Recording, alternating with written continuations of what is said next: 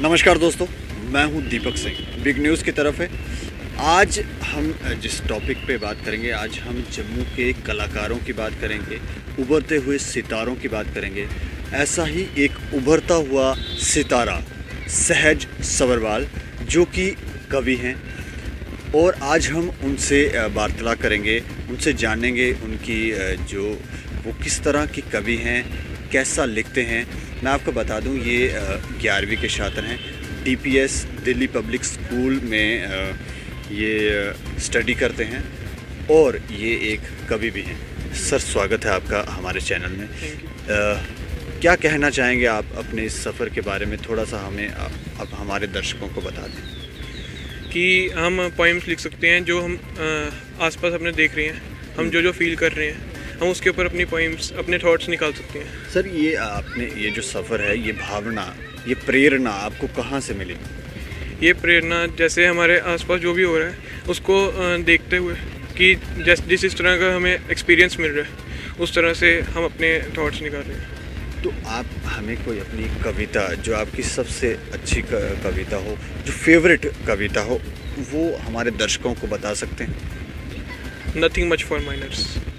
थोड़ा सा विस्तार से हमें बताएं। Minors are those less than 18 as they don't have knowledge in keen. They don't have a driving license as they don't have driving sense. Minors are given just pen and page. Their life is not more than a cage. Holiday is not given even on Sundays as their age is negligible for fun days. Parents are worried not to get fame from minors. They just want their fame. Circumstances are same for every minor. Parents are just their life designer. Thank you. तो आप English के कवि हैं। हमारे जो दर्शक हैं वो ज़्यादातर हिंदी बोलते हैं, हिंदी भाषा को समझते हैं। तो हम चाहेंगे कि जो भी आपने शब्द बोले वो हमें थोड़ा सा उसका ब्रीफ कर दें हिंदी में, ताकि हमारे जो दर्शक हैं वो समझ सकें कि आखिर आप कहना क्या चाहते हैं।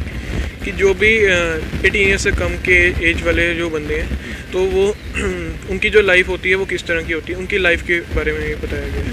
और कि उनके पास भी लाइसेंस नहीं है, क्योंकि उनकी अभी सेंस नहीं है उनके पास इतनी कि वो ड्राइव कर सकें। फिर भी कुछ बंदे अभी भी ड्राइव करते हैं विदाउट लाइसेंस, जो कि अच्छी बात नहीं है। और साथ में हम ये बता सकते हैं कि जो हमारे पेरेंट्स हैं वो हमें हमेशा अच्छी चीज़ के बारे में हमें बताते हैं, लेकिन बच्चे हमको गलत समझ लेते हैं। जैसे कि हमारे जो पेरेंट्स हैं वो हमें बताते हैं कि फ़ोन ज़्यादा मत खेला करो ताकि आपको स्पेक्स ना लग जाए, और हम वही खेलते रहते हैं, फ़ोन खेलते हैं, और पेरेंट्स को समझते हैं कि वो हमारे बारे में गलत बोल रहे हैं। यही। तो सर, आप इतना अच्छा लिखते हैं, इतनी अच्छी भावना है, आप जो जम्मू का यूथ है उसे प्रमोट कर रहे हैं, तो ये आपकी इसके अलावा भी कुछ फेवरेट कविताएं होंगी, उसके बारे में आप हमें बताएं। Inner voice. Inner voice is a voice which exhibits when no choice. Tolerance is silent inside noise, which becomes dangerous crime space, including burning heart cries, which ignites when blood cries. Tension reaches greater heights, which internally firmly bites. Sir, ये जितना भी आपने बोला, ये अगर हमें थोड़ा सा हिंदी में हमारे दर्शकों को बता दें तो अच्छा रहेगा। कि जो हमारी इनर वॉइस है, मतलब हमारे जो अंदर की बात है, वो हमारी तब निकलती है जब हमारे पास कोई चॉइस नहीं होती। और वो हमारी, अगर हम उस आवाज़ को अपने अंदर ही दबा के रखें तो वो एक दिन एक क्राइम का बेस बन जाती है। मतलब हम कुछ गलत काम कर लेते हैं उसके गुस्से में आके। और जो हम टेंशन को अगर हम अंदर ही रखें तो वो हमें अंदर काट जाती है।